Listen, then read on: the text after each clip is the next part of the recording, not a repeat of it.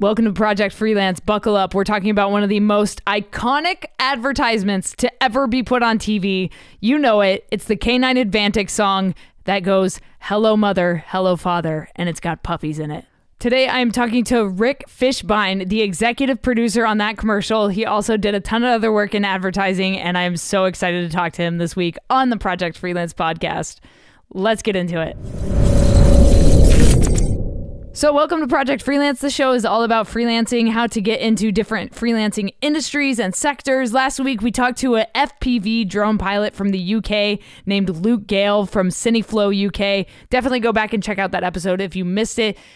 This week, I'm talking to Rick Fishbein. He was the executive producer on that K9 Advantix commercial, the Hello Mother, Hello Father one. We talk about that ad specifically. We talk about his time in the film industry and his pivot into real estate and how he made that decision to go into real estate. He has quite a fascinating story. This is a very heartwarming and touching episode. I hope you guys like it. Before we get into it, a couple things. First of all, I got to thank the partner on this podcast, Liquid Death Mountain Water. If you've never heard of Liquid Death, well, it's water in a can. Stop using plastic bottles and killing the planet. We can use recyclable aluminum cans filled with water. They have 3 flavors of sparkling water, a regular sparkling water and still water. Definitely go check them out, liquiddeath.com. Use promo code JUSTTHELETTERK for 10% off your order. Thank you guys for doing that. I appreciate it. And secondly, I want to share a affiliate link that I have.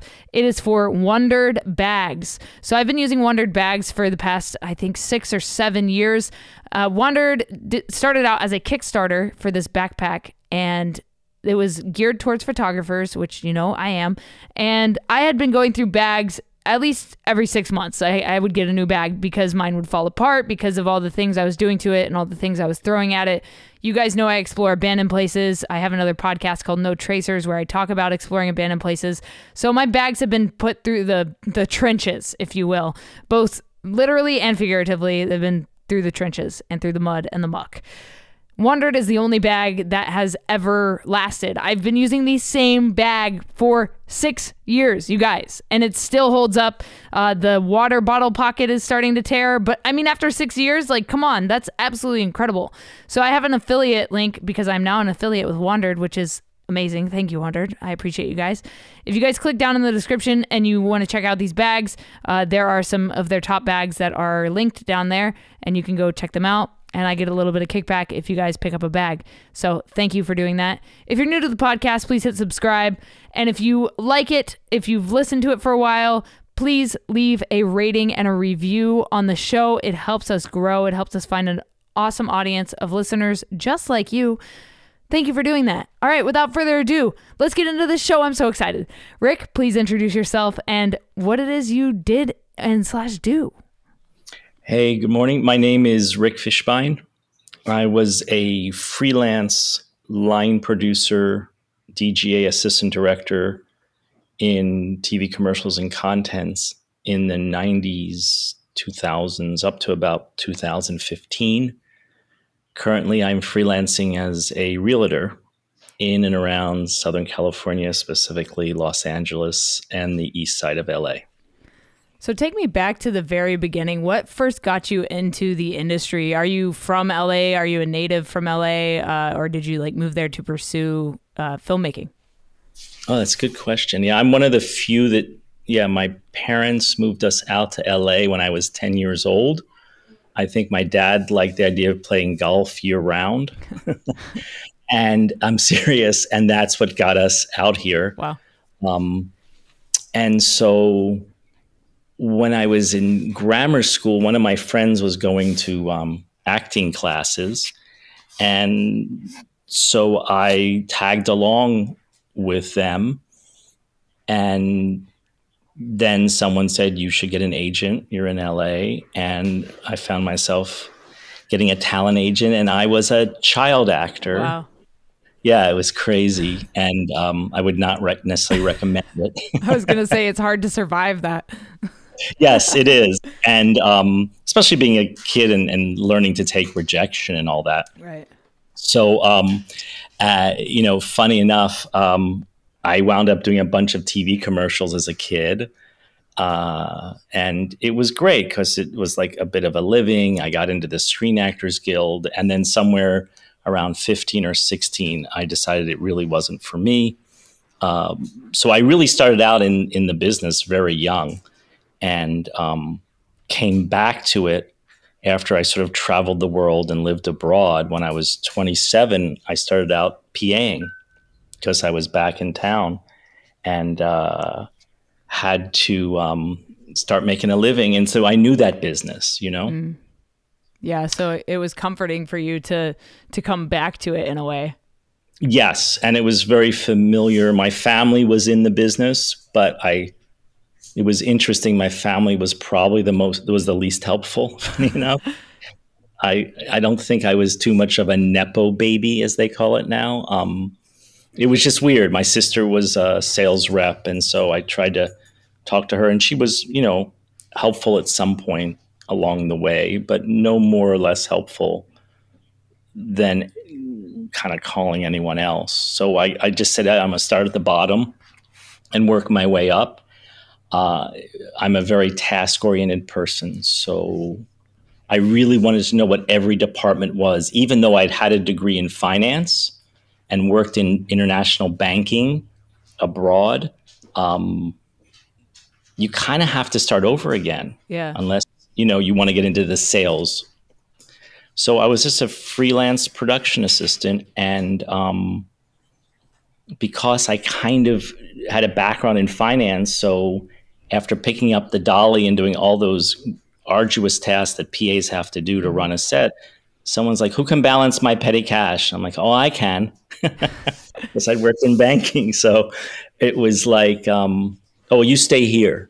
So, okay. Part of it was just slowly, integrating into the production world. I really loved it because I remember being on set as a child. So for me, it was, like you said, familiar and comforting. And it was a decent job. It didn't pay very well, sure. But, I had a little calendar. If I could work 12 days a month, I could make rent and have food, and that's literally how PAs start. I feel the plight. And that was what was important for me working my way up, is I knew what it meant to be in the different departments and was always very sensitive to what it took and what people did.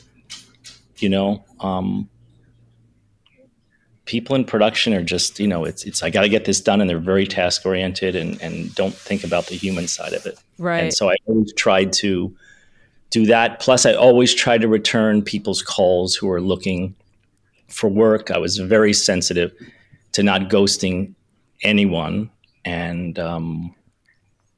because I remember what it was like starting out trying to reach out to people and just not hearing from anyone. Yeah, definitely. And, it sounds to me like you made yourself an asset on set, as a PA, helping do the other things that were needed, like, sorting that petty cash, things like that. And can you talk a little bit about that for people that are trying to get into the industry, about making yourself an asset on set? Yeah, absolutely. I think it's really important, if you've never been on set, to maybe take one of the programs that are out there to learn, because you're sort of thrown in on it. There's no real guidebook. I mean, if you go to film school, that's not necessarily like, this is the one industry where you don't necessarily have to have a degree to get in and start working, especially in production. Right.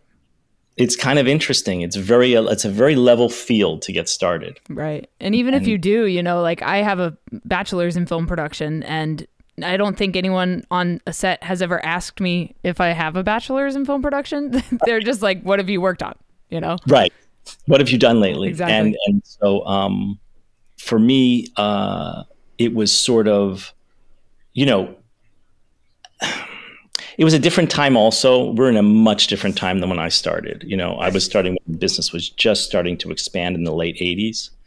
And so I think the things that are the same about it is, arrive 10 minutes early. Yeah.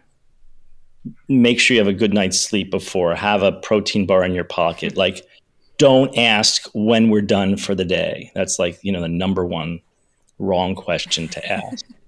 Right? Yeah, absolutely. And know that you're there to just absorb and learn and listen and find your people, quote unquote. I think that's really important. What kept me in the business was the team of people I worked with and the collaboration. And may take a little while till you vibe and find your people. What is it that you do on set, Kay? So I am a DP cinematographer. I'm a certified drone pilot. I edit. So I do a little bit of everything. I have done some PA work. I also act a little bit on the side, but I lived in California for 8 years. Before that, I lived abroad as well. So similar to your story. And I recently, as of the end of 2021, moved to Nashville. So I'm in Nashville now. So I'm still freelancing. That's all I do is freelance video and editing and photography. Pretty much anything and everything that, pays the bills or that will pay the bills. But see, that's the smart thing that I would say also is having multiple streams of income. For sure.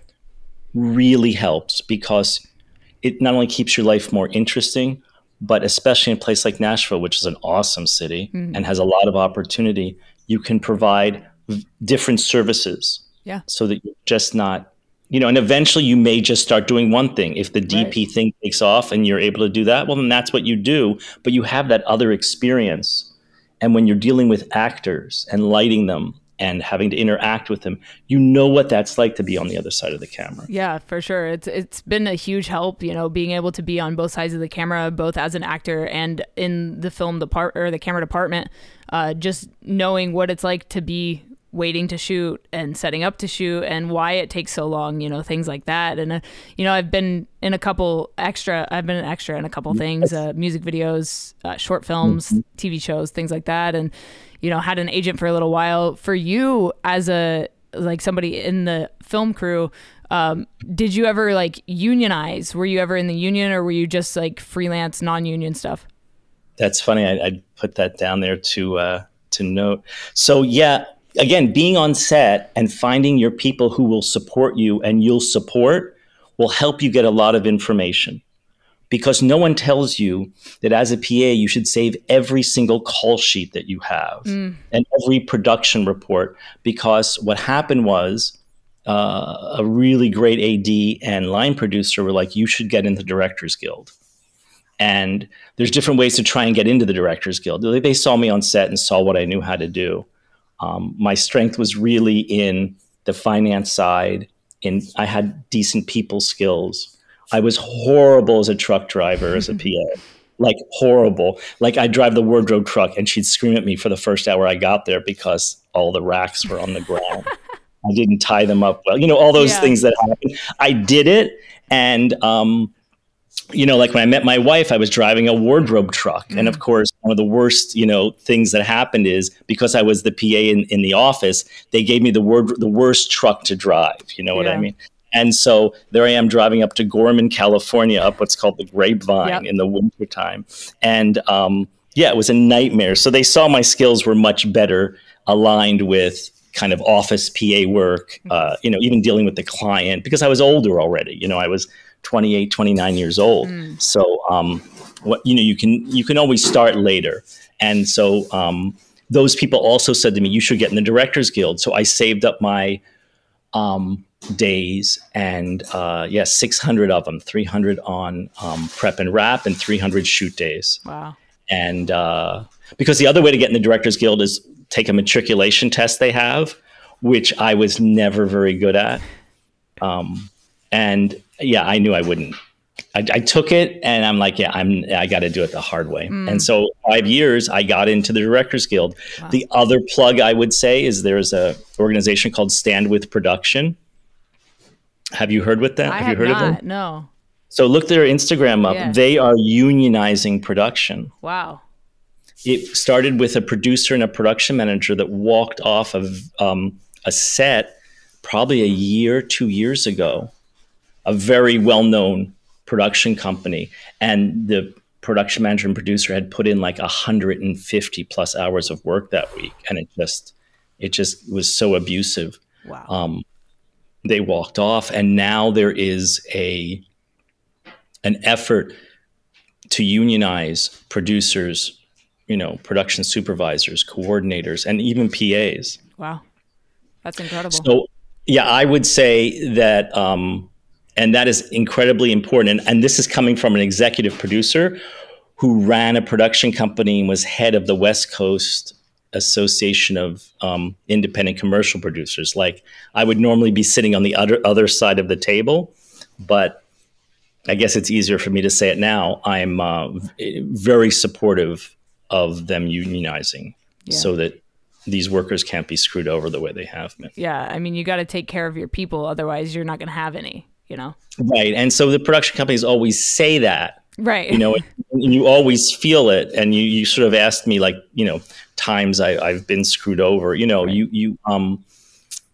You know, both from the production company side, when, hey, we'll get you next time, and then you don't get the call after you gave them 5 or 10 days of work for free, or when you're on the production side and you do a favor for an ad agency or a brand, and then they get really cool boards and then don't even bother to bid you on it, and you hear about it from a friend. You know, it's a tough business, and so in finding those people that you can trust and that trust you will alleviate a little bit of the stress and make it feel worthwhile to be in this endeavor. Definitely. So let's talk about some of your projects. So I obviously, people that are listening to this that don't know, I found you through a Facebook post. Somebody was seeking out who was working on a certain commercial that, for lack of a better term, went viral 13 years ago? Yeah, a long time ago. So viral before viral was even a thing. So, I mean, for those listening, we're talking about a commercial that was for K9 Advantix. And I literally brought this up to my friend the other day. I was like, I have this guest coming on my podcast, and he worked on the K9 Advantix commercial. And he was like, you mean the one with the dog that's singing? And I was like, yes, everyone knows this ad. Can you talk to me about this?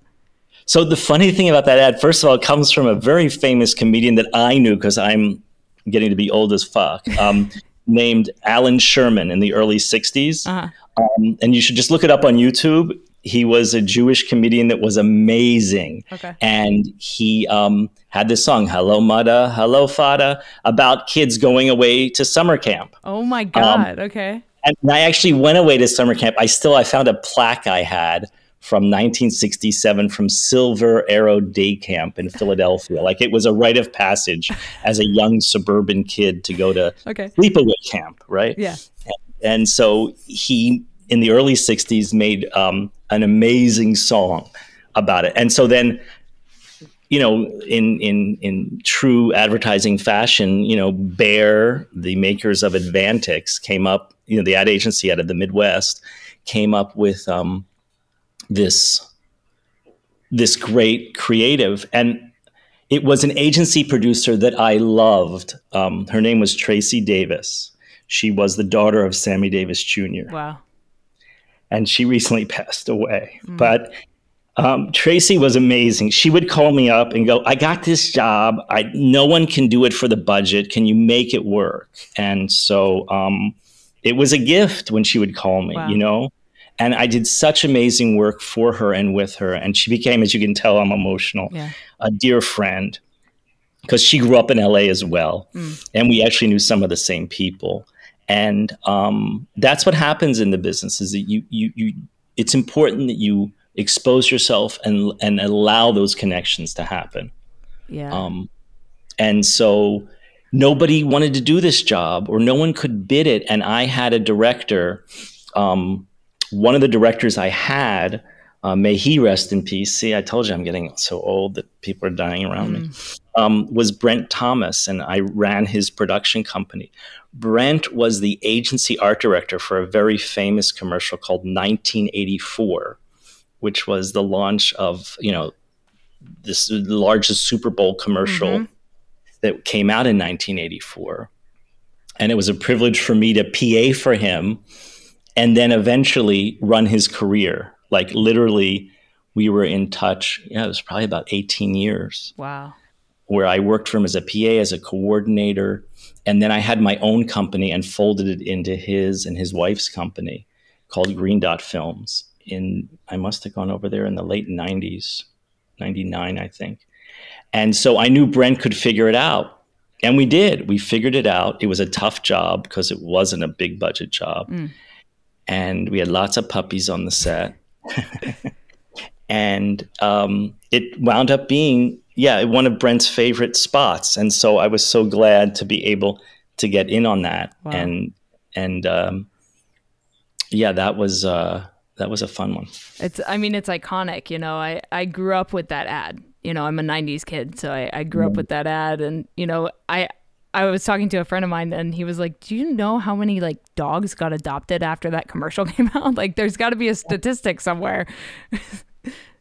You know what? I think that at this point, you know, advertising really, look at the, you know, it matters to people. Look at the Super Bowl these days. Look at just everything. How much advertising affects us culturally. And every few years, there's something that comes up that really rings true for people. Right. And that was the other thing, maybe, as we get to, you know, the evils of advertising, or the other side of it is like, you know, selling shit to people they don't need. Right. Is that whole part of it. For sure.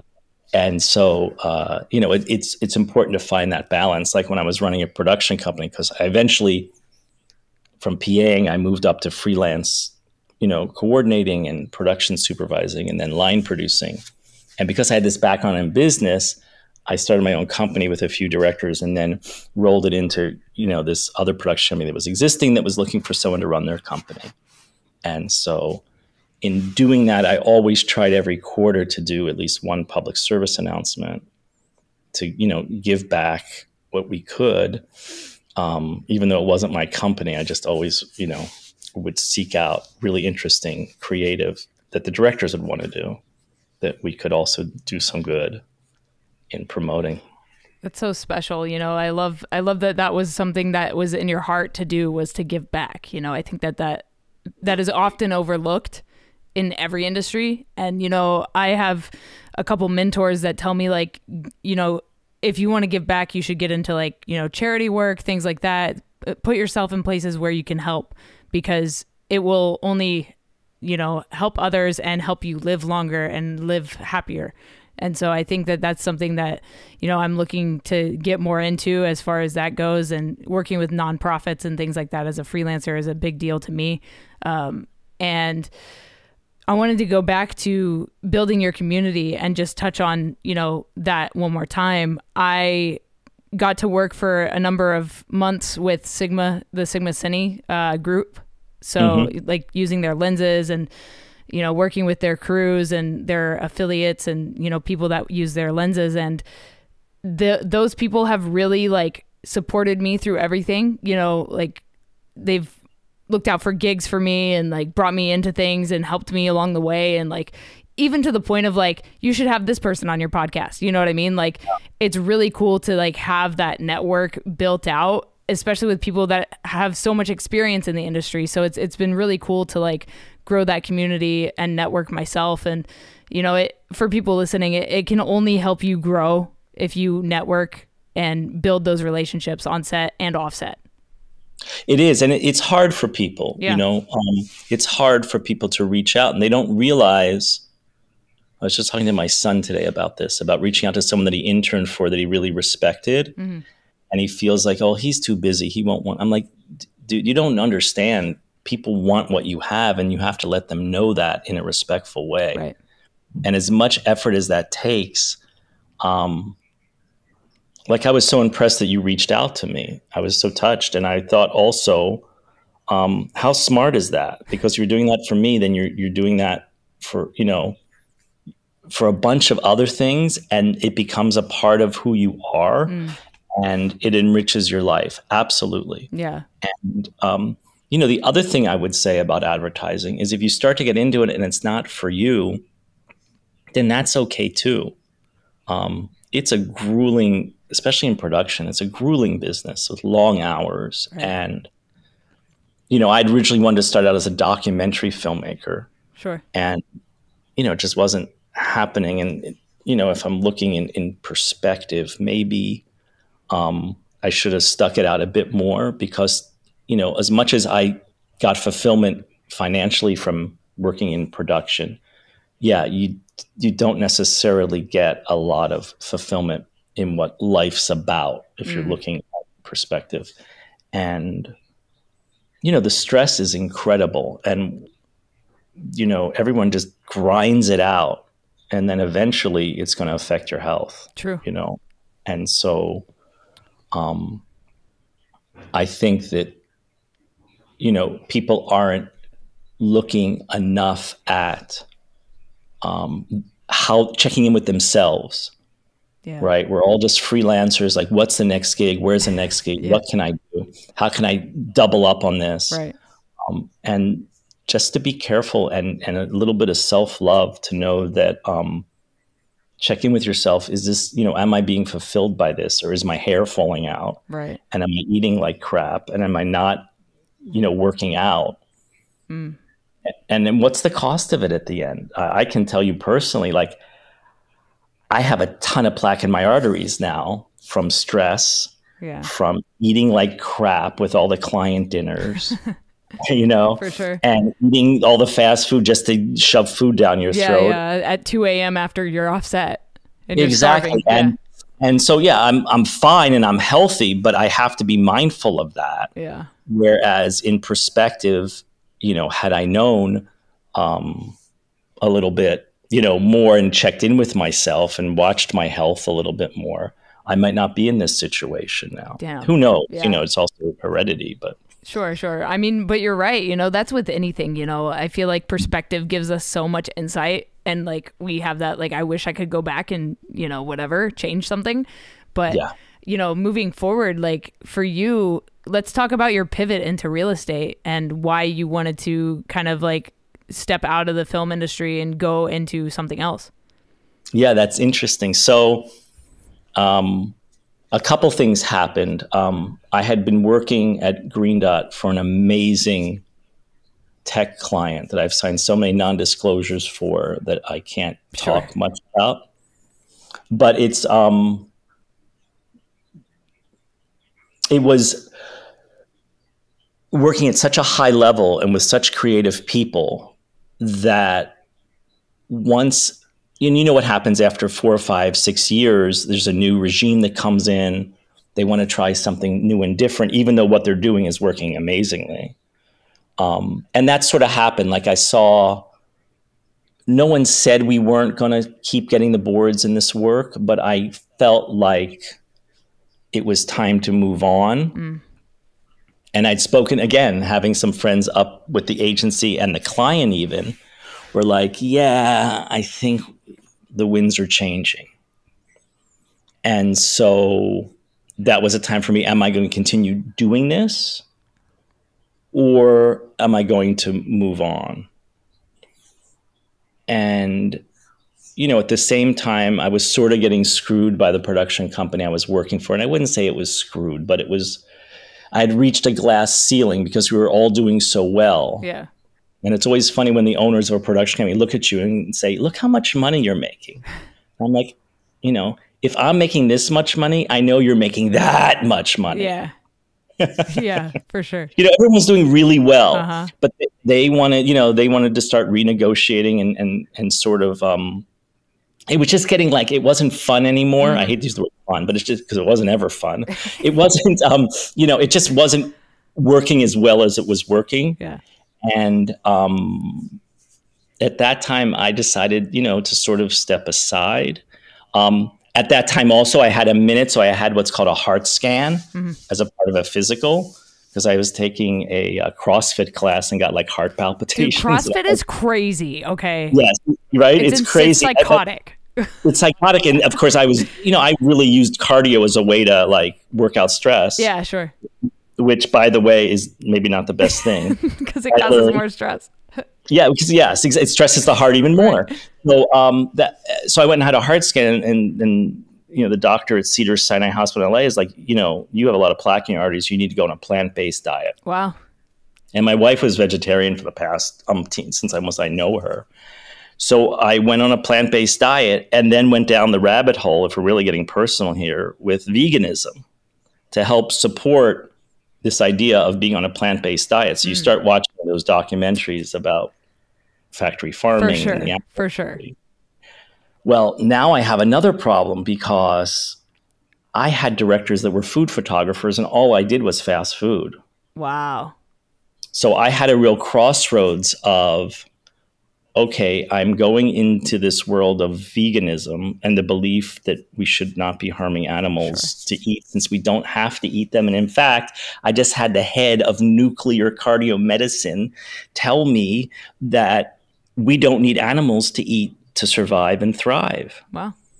And so I was like, And of course, the next boards I get, because I was kind of going freelance again after leaving that company, was for a Church's Fried Chicken commercial. It's for actually a whole campaign. A director friend called me and said, "Oh, dude, I just got these boards and they want to go with me." And it was a real decision I had to make, because I'm like, how can I be a vegan? And support that. Wow. And my wife was actually wonderful about it. She was like, well, the commercial is still going to get made. So if you want to, you can donate your... Sure. But the question is, do I want to be around that anymore? If you've been on a set it's disgusting on the set. I was even disgusted by the smells and the amount of food waste and all of that. Oh yeah, it's ridiculous, especially on food sets. You're throwing away so much stuff. I've done shoots for Ninja appliances, and it's like, yo, like, is somebody going to eat this, like, these 300 hot dogs you just grilled? Like, what is happening here? Exactly. And so for me, I just kind of had to realize that I had said what I had said in advertising and move on. And if you've been on sets anywhere and you're sitting down and talking to the crew like you always do in between setups, talk to the grips and gaffers, because they're always investing in real estate. They are experts. And so I kind of saw that. And so as a part of, kind of my exit plan, I don't know if it was conscious or subconscious, like in 2008, 2009, after the market turned, I started with a couple friends investing in some investment property. Wow. And really enjoying it. And so I went and got my real estate license, I think in 2012, and just started helping people out in the Los Angeles area who were in the film industry. I don't have any big websites and I don't have my name on bus benches, but I just sort of, manage that. And again, various streams of income, so that when the big tech client that decided to shift and pivot to someone else, I wasn't mortified and my life did not come apart. It was sad and I was bummed because I really enjoyed working with those people. But at the same time, it didn't knock me to my knees. Yeah. Wow. So I can be a vegan realtor now. Hey, let's go. That's awesome, man. No, I love that you like pivoted, and there's this mentality of like adapting, like you adapt or die, and I feel like you were put in a position where you had to figure out if you wanted to adapt and pivot or fall, like you said, like fall to your knees. And so I think it's awesome that you got in with that community, the crew that was doing real estate, and, you got into that world. I think that that's a fascinating way to like find your new avenue. You just used your network. Exactly. And you look at people, the film set is such an interesting place to be. It's like, I used to call it, or someone else must have called it, because I don't think I'm smart enough to come up with it. It's a circus without the circus tent. Wow. Right? Yeah, for sure. And that's what it is. It's like you always look around a set and go, what would these people be doing if there wasn't a film business? For sure. For sure. Wow. Just very creative people, and for the most part, interesting. And I think at the same time,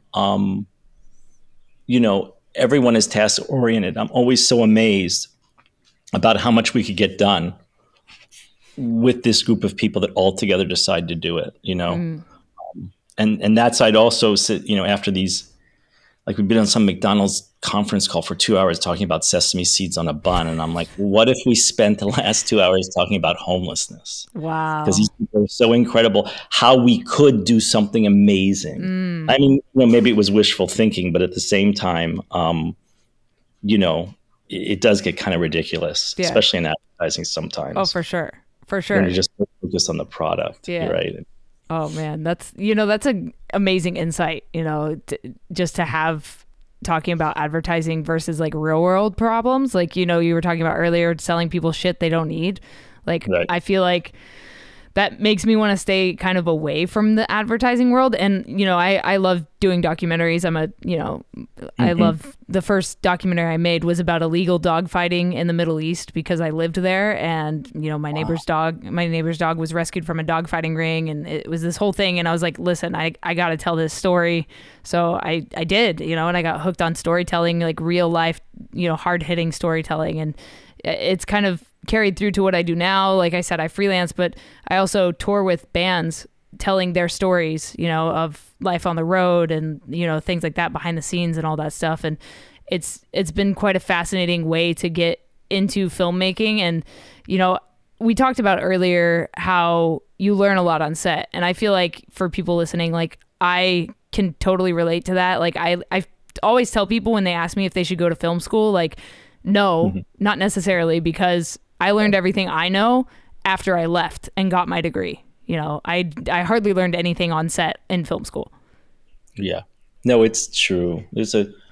I think there's value to both, sure. Right? Oh, I'm sorry. Oh, you're good. No worries. Second. So, I think it's one of those things, where, I don't think film school is a bad thing. And I've spoken at many of them. But at the same time, it's a good place to network, but it gets, it's very expensive to network in film school. For sure.